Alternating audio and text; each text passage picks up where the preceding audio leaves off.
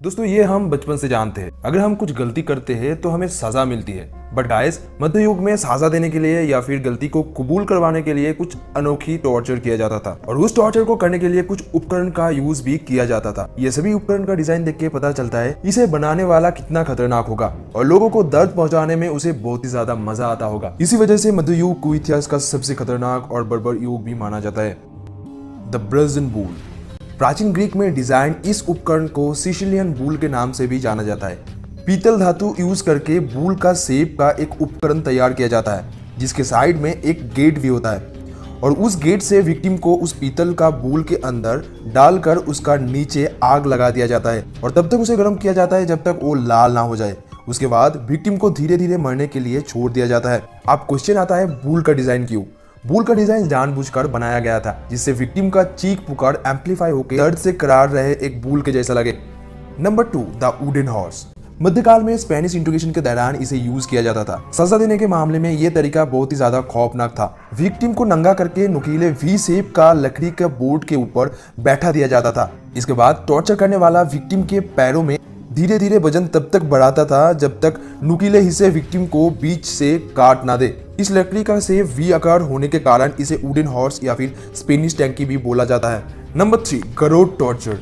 ये तरीका स्पेन में मृत्यु दंड देने के लिए यूज किया जाता था। इस डिवाइस में विक्टिम को बैठाकर उसे लॉक करके उसका गला को एक लोहे का कलम से बांध दिया जाता था। फिर धीरे धीरे लोहे का कलम को हैंडल के द्वारा टाइट किया जाता था जिसे एक समय तक गर्दन का हड्डी टूट कर उसे सांस लेने में तकलीफ होता था और धीरे धीरे विक्टिम का मौत हो जाता था।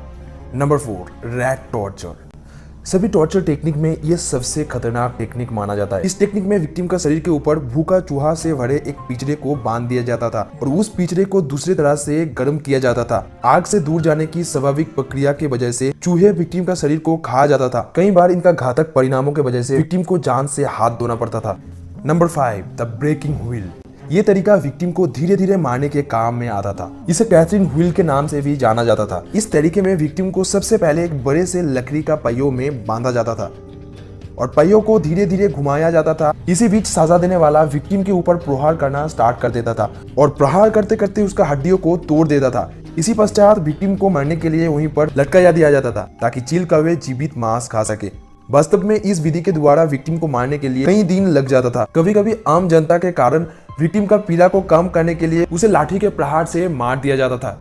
Number 6, the rack torture. ये तरीका मध्य युग के सबसे पीड़ादायक तरीका है। ये तरीका विक्टिम का शरीर का हार्ट जॉइंट को तोड़ने के लिए यूज किया जाता था। लकड़ी से तैयार किया इस उपकरण से विक्टिम को खींचने के लिए 2 रस्सियां ऊपर से और 2 रस्सियां नीचे से बांध दिया जाता था। उसके बाद इस उपकरण के ऊपर विक्टिम को लेटा कर दोनों तरफ से हाथ पैर को बांध दिया जाता था और टॉर्चरर दोनों तरफ से हैंडल को घुमाना स्टार्ट कर देता था और तब तक घुमाता जब तक विक्टिम का हाथ पैर उखड़ कर शरीर से अलग ना हो जाए। Number 7, thumb screw.